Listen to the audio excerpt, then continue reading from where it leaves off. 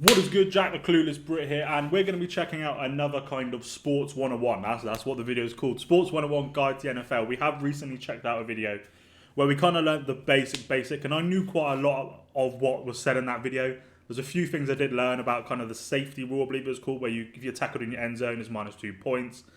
Little things like that. So I learned a little bit, but I feel like this one has a bit more kind of knowledge on it that I want to learn about. It's got more about the season schedule, what happens in the postseason.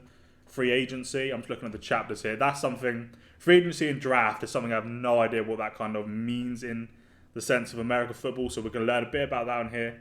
Revenue, I can imagine there's a lot of revenue in this game. But we're going to get into that. And before we get into it, there's two things we got to do. Number one, you go down below and hit that subscribe button, hit the like button, and let me know your favourite team. While you do that, I'll put my headphones on. We're going to be checking out Sports 101 Guide to NFL. Let's go. The National Football League is the most popular sport in America.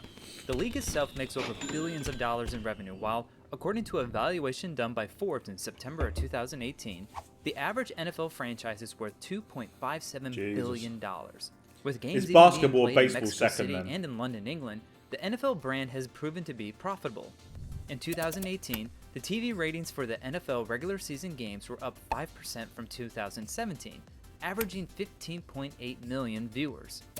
TV contracts, ticket sales, and merchandising flooding fall season, the NFL is here to stay for a long time.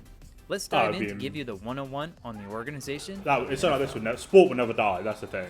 Today, That's the NFL is made up of 32 teams that are located across the United States. They are divided by two conferences called the American Football Conference, or AFC, and the National Football Conference, or NFC.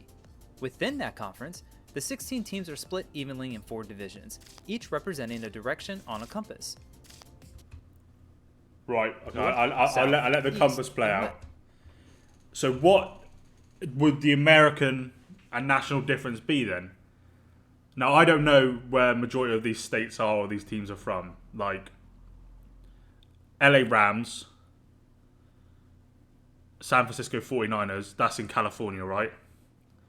But isn't there another one? The Chargers are in LA, aren't they? So why are the LA Chargers in the AFC and the LA Rams in the NFC? So it's not based on location then, surely. We've got the Texans, which is in Texas, right? But so is Dallas. Okay. They're kind of like the only states I know. I don't know where the rest of the kind of states are. You know, New Orleans, I believe, is in... No, that's not in Florida, is it, New Orleans? Is it? I don't know. But he might tell me, but if he doesn't, why down below is some teams that are from the kind of the same city, like the Rams and the Chargers, in 2 different divisions there? The game itself is played on a grass or turf field that is 120 yards long and 53.3 yards wide. The field is flanked by end zones that are 10 yards long where teams have the ability to score. So we know this bit. The rest of the field is marked every 5 yards with lines and every yard with a hash. So while we already know this, behind question each then, end zone are goalposts that are 10 do the feet AFC high, and the NFC 18 don't feet, play each other? 6 inches wide. So is there The game teams that have consists never of full actually played with 60-minute each other runtime that is split into in a season? 15-minute 4 quarters.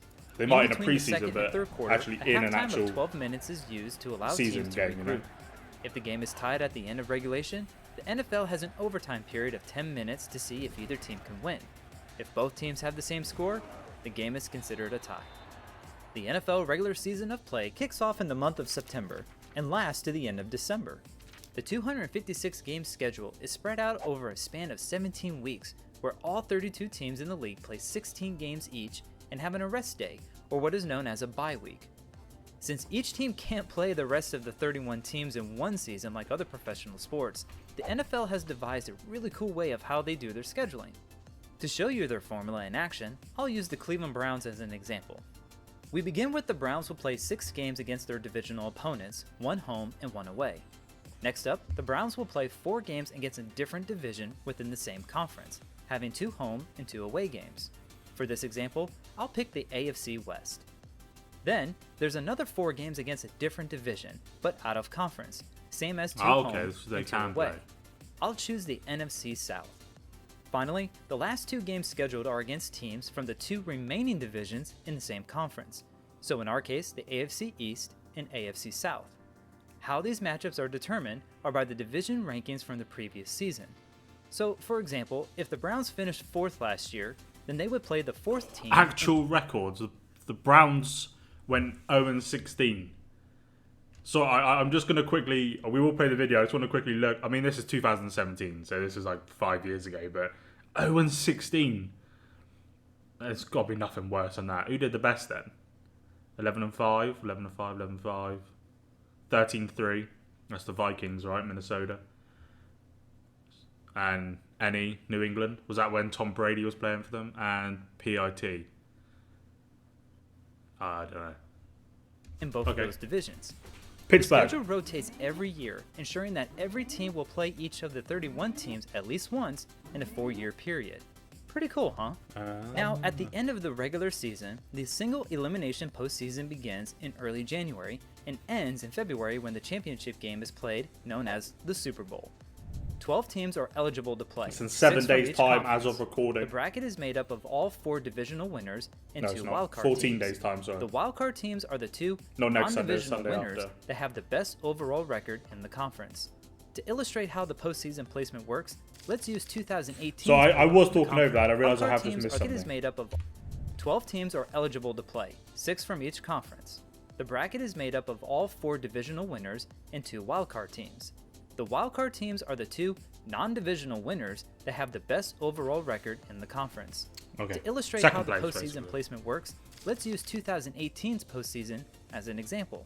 Out of the 4 divisional winners, whoever has the better record gets the 1-4 ranking.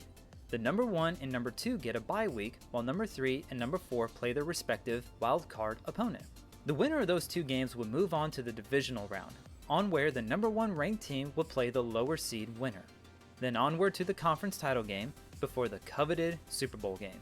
When the Super Bowl winner is crowned, it marks the end of the NFL season for that year. As March rolls around, so does NFL free agency.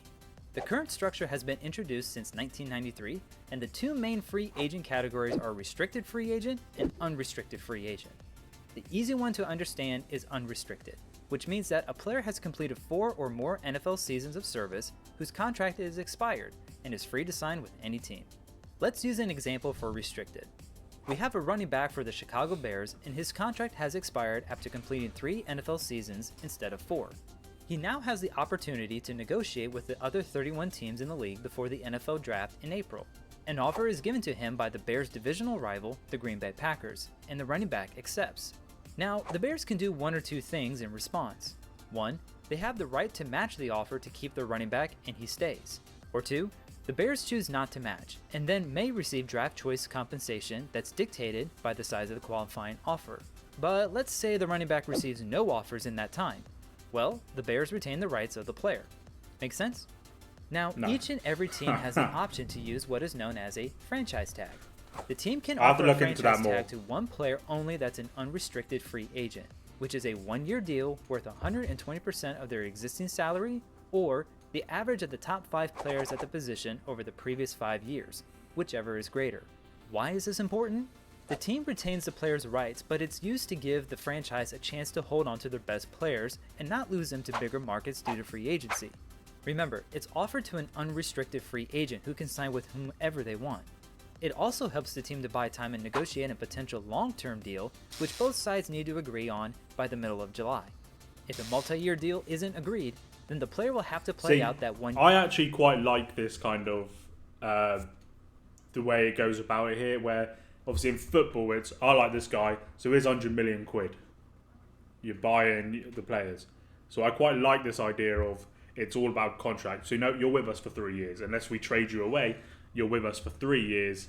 And does a player have to accept the trade? I don't know, there's so many questions. I'm going to have to start looking into more. Or sit out. But with all of these multi-million-dollar contracts going to free agents left and right, isn't there a limit a team can spend? You bet. The salary cap is the amount of money teams are allowed to spend on player salaries and is enforced to all 32 teams. This gives the league as a whole a fair level playing field when it comes to free agency. I like that as well. When the cap was introduced in 1994, it was set at $34 million. In 2019, the cap is set at $188.2 million. When we get to the month of April, we arrive at the end. Does that mean the max you can give a player is 188 million, or does that mean all you can kind of spend is 180 million? That doesn't make sense because it just showed someone getting a 3-year, $140 million contract. Again, I'm going to have to start looking deeper into this stuff because I really want to know. I feel like in these short videos, it's not going to explain it very well. All 32 teams gets one selection per round of the 7 total rounds to choose a collegiate player that has declared for the draft or a player 3 years removed from high school. Each pick is timed and the draft itself is nationally televised. The order of the draft for every round is as follows, and I'll use 2018 as an example. Picks 1 through 20 are for non-playoff teams based on their regular season record going from worst to best. So, in 2018, the Cleveland Browns were given the number 1 pick. Who's Spots on number 1 this 21 through year? 24 are the teams who lost in the wild card round, ranked on their regular season record from worst to best. 25 through 28 are the divisional playoff teams who lost, and spots 29 and 30 are the conference championship teams who lost. Finally, the Super Bowl champs pick last. With the order laid out, teams will negotiate by trading future picks and players on their roster to move up to select a desired rookie in the present draft. Because of this, the order changes for future draft rounds. A great example of this was in 2018, where the Browns had the number 1 and number 4 overall pick. They were given the number 4 pick because of a trade they agreed with Houston the previous year. The Texans traded their 2018 first-round pick in a deal to draft quarterback Deshaun Watson. Because Houston finished 4th, the Browns were given that spot. Trades like this... So you could strategically use that then of going, so I'm going to trade you my 2024 first-round pick, but in 2024 we do some madness and we win the Super Bowl. You've kind of mugged off that team, but then I guess you haven't got a pick. So then you don't have a pick. But then you've just got like a decent player for a 32-round pick. Between teams will happen even after the draft is complete, going into the regular season with the trade deadline being after the conclusion of Week 8. So if each NFL team has a salary cap of $188.2 million, how is the league even making money? The NFL has 3 primary sources of revenue. NFL Ventures, which handles the merchandising like jerseys and apparel. NFL Enterprises, that consists of the NFL Network and NFL Sunday Ticket broadcasts. And television contracts, which is the bread and butter of the league. I was going to say, they must have a lot of money with of their entire revenue. TV is the reason why the salary cap has risen so much since 1994. With TV ratings increasing 5% from 2017 to They're not really 2018, over on TV NBC, in this country. CBS, Like BT might have a ABC, couple games and a Fox season, but that's all it. race to see who can outbid each other whenever a new deal is negotiated. The numbers speak for themselves. In 2018, NFL games averaged 15.8 million viewers, excluding the London broadcasts. For the primetime games, the NFL has 3 nights of just one game being broadcast nationally: Thursday Night Football, Sunday Night Football, and Monday Night Football. Each of those nights had an increase from 2017's viewership. To finally put this into perspective, in Super Bowl 53, where the New England Patriots defeated the Los Angeles Rams 13-3, a 30-second commercial cost companies $5.25 million. That's $175,000 a second. As the Super Bowl crowns a champion and the season comes to a close, the league distributes their revenue equally among the 32 teams, regardless of performance, to make it fair. In 2017, the NFL earned a reported $14.2 billion, giving each franchise $443.75 million. Living in America, it's hard to ignore the NFL. Being the most popular, I like that a lot. I'm not gonna lie. I think fans of the way they keep it fair is incredible. At school and in the workplace. Fantasy football has even taken a life of its own with every new season because of the accessibility from our mobile devices.